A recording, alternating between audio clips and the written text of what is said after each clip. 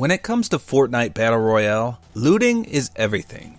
Getting the jump on your enemies at the start of a match by dropping in a loot-filled area is ideal, but not everyone knows such locations. No matter where you land on the map, chances are you're eventually going to find a weapon. That's just how plentiful the loot is in this game. The better loot, however, is locked in treasure chests that are harder to come by. So if you weren't aware, the treasure chests always spawn in the same locations. They don't always spawn every match, but if they do, they'll always be in that particular spot. So knowing such locations becomes crucial to improving your odds of getting a shot at the higher tiered weapons. I'm going to be outlining my personal top 5 initial landing spots to help you loot a little more successfully. Now the great thing about all 5 of these locations is that they all have the potential to spawn multiple treasure chests. Now sure, stumbling upon a hut with one chest is nice, but there's nothing like knowing locations that have the potential to give you 2 or even 3 in the same spot. Now before everyone gets their knickers in a twist about me ruining your favorite spot, you need to take into consideration just how many people play this game. Chances are, if you know about a spot, so does your enemy. With YouTube and Google, there's no such thing as a secret spot. With that said, let's get right into the countdown.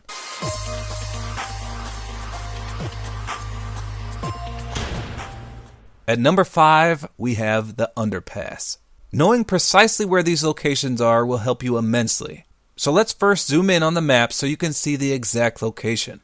Now if we focus on Tomato Town, the Underpass is directly south of it, right where this red X is. So this is to the right of Loot Lake and northeast from the Dusty Depot.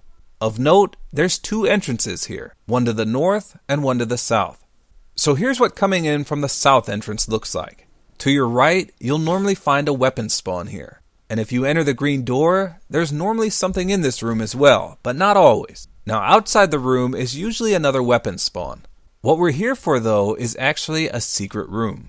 Directly in front of this yellow car is a concealed area with a potential double chest spawn location. Now in order to get to the room, you'll have to make a bit of noise. Once you've hit the wall several times, it'll disappear and reveal a hidden room. Inside, there's almost always one chest, but often a second chest will have spawned right beside it as well. There's also a green ammo tin sitting on the first table, so don't forget to loot that too. Now regardless if you're 100% alone in this underpass, I'd always head towards the right where the 3 weapon spawns usually are first. You never know who may emerge, and you don't want to get caught with your pants down breaking the secret wall with no weapon. Now while this area isn't highly populated, I'd say a majority of the time there's at least one other enemy dropping in here as well. Remember though, as with all treasure chest locations, it's completely random as to how many will spawn or if any at all. On more than one occasion, I've had the secret room contain absolutely nothing, not even the green ammo tin, and the normal loot that spawns in this underpass rarely is anything good.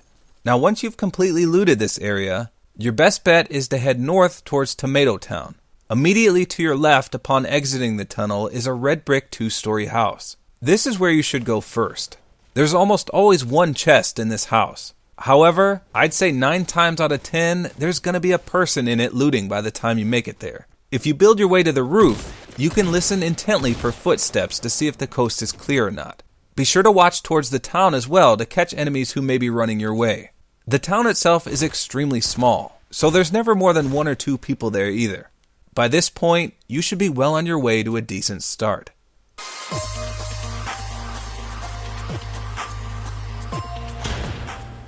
At number 4, we have what I like to call the Dragon Ball Z Tree of Might, or I guess just the loot tree. If we zoom in on the bottom right hand section of the map, we can see the often ignored Moisty Mire. At the north tip of this area is a cluster of 4 trees. The Tree of Might is the largest of the 4. And it's our intended destination.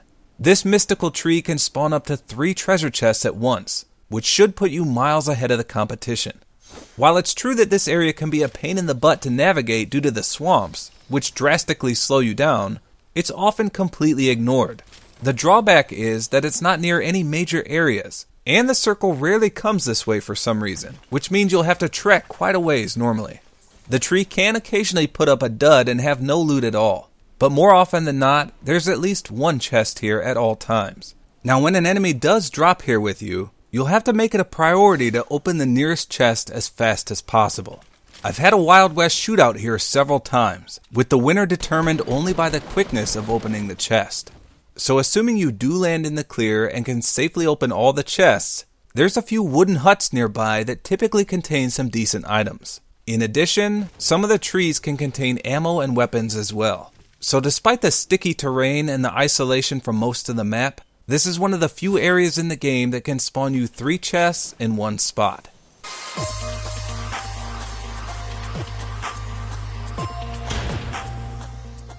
At number 3, we have the barn roof.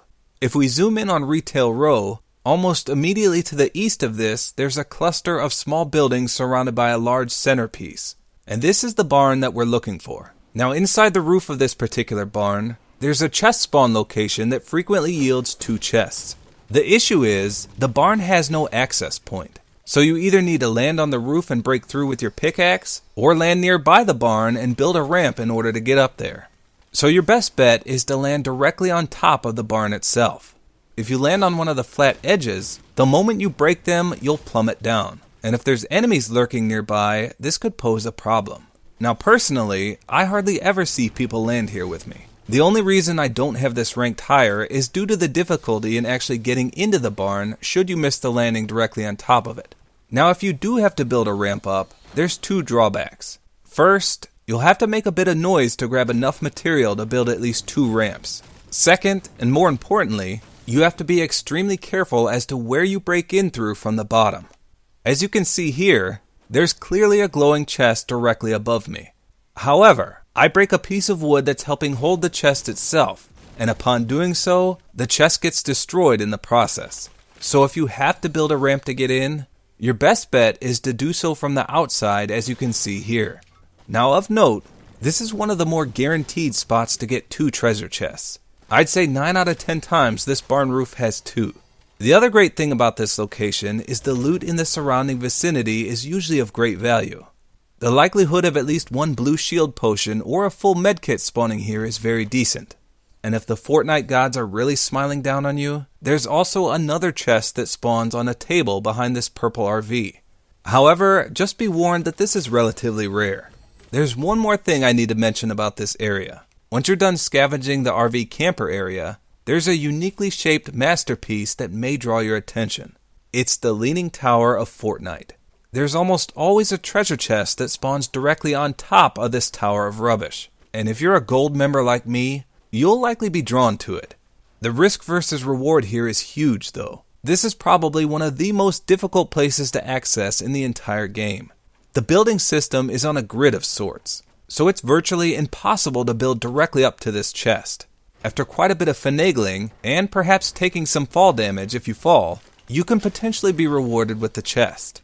However, this area also sticks out like a sore thumb. If anyone is anywhere close in the vicinity, they're gonna see you acting like a black sock wearing wiswog and anxiously await you to open that chest and then blow your brains out. Couple in the fact that sometimes the loot from this chest spills overboard and on the ground, this tower may be best left avoided altogether. Still, this entire barn area is one heck of a looting spot.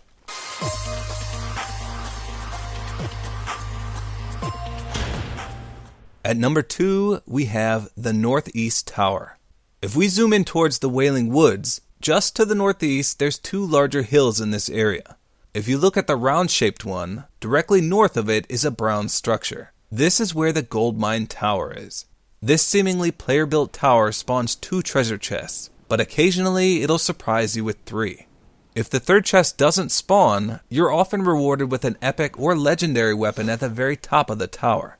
Not only this, but the tower itself also has loads of ammo, resources, and weapons spread about it as well. So needless to say, all of these things make it an incredible place to land. Now as you can see here, the first 2 chests are clearly visible upon gliding in, with one being at the peak of the tower and the other being on an outside ledge. Now unless the battle bus's flight path takes it very close to the tower, you likely won't be able to glide onto the top. But if you can, that's always the best tactic here. Otherwise, just land at the lower chest first and make your way up. I should mention that the majority of this tower can be edited, as if you constructed it yourself. This can be extremely useful knowledge if you have to get to the top on foot. Remember, if you destroy an object that's holding the chest up, the entire chest blows up as well.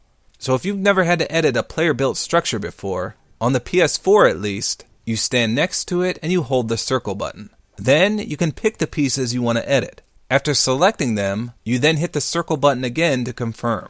This can make obtaining the chest a lot easier without making any noise. But if that's too much hassle, you can simply build a ramp adjacent to it on the outside and then smash one of the walls and access it that way. Now the last chest is actually inside the tower on the second floor. Instead of taking any of the stairs leading up the tower, there's a wooden door that leads to a very narrow secluded room. And this is where the final chest often spawns.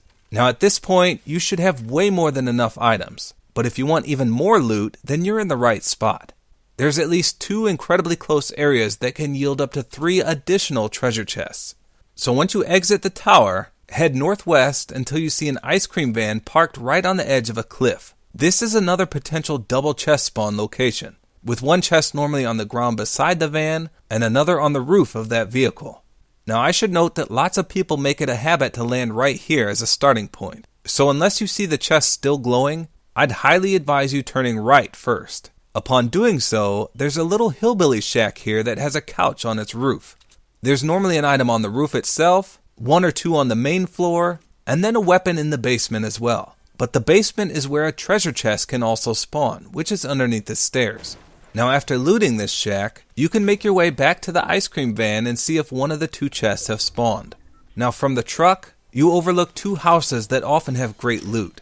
If you've noted signs that it's been looted already, head northwest to the tip of the map for one final shack. Not only does this secluded shack usually have a rare item in it, it can also spawn a chest on its roof. So in total, you can sometimes walk away with as many as 7 treasure chests, and potentially even more if those 2 houses haven't been hit yet. Now if you can't put together a win from this incredible looting scenario, I don't know what else to tell you. I debated making this spot the number 1 in my countdown, simply due to the adjacent loot areas I just covered. But I'm a sucker for intense engagements, and this next area doesn't disappoint.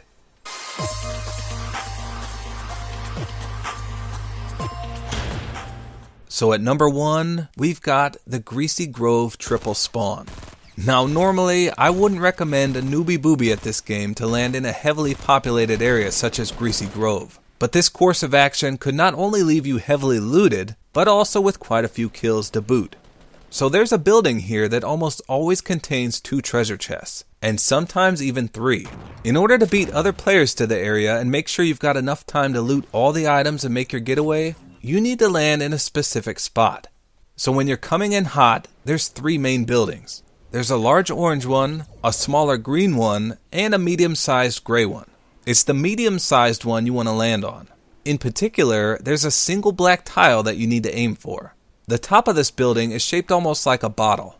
It's the plug of the bottle that you want to land on. However, feel free to land anywhere on this building's roof to start with, as often there's 2 items or weapons that spawn here. Not to mention that other enemies could be dropping on this roof as well. So if there is a weapon up there, you want to make sure you grab it and dispose of them first. Now once the coast is clear, go to the top panel of the roof and break through. Here's where the first chest will sometimes spawn. Now even if it doesn't spawn, you're still just fine. Once you're done opening the chest, break through the northern wall. If you break through the south wall, it leads back outside. The north wall leads you into the main building. Once inside there, stay up on the second floor and follow the walkway to the sign that says guns. Jump over that counter and you'll see 1, 2, or even 3 treasure chests to loot here. I almost always have seen 2 myself, but if you get lucky enough, there's sometimes 3. If there's no treasure chest there, chances are there'll be a blue, purple, or even orange item instead. Now if the potential for 4 chests immediately in a very populated area doesn't excite you, then the surrounding loot in this building should do the trick. This building is very favorable for spawning blue shield potions. Not only this, but there's often a decent tiered weapon and the occasional full med kit. I often leave this building fully stocked with either 50 or 100 shield as well. Again, normally I wouldn't condone dropping into such a populated area, but everyone loves getting a decent kill count. And coming out of this building fully loaded into an area with several surrounding buildings and the potential for loads of enemies is exciting to say the least. And that, as they say, is that.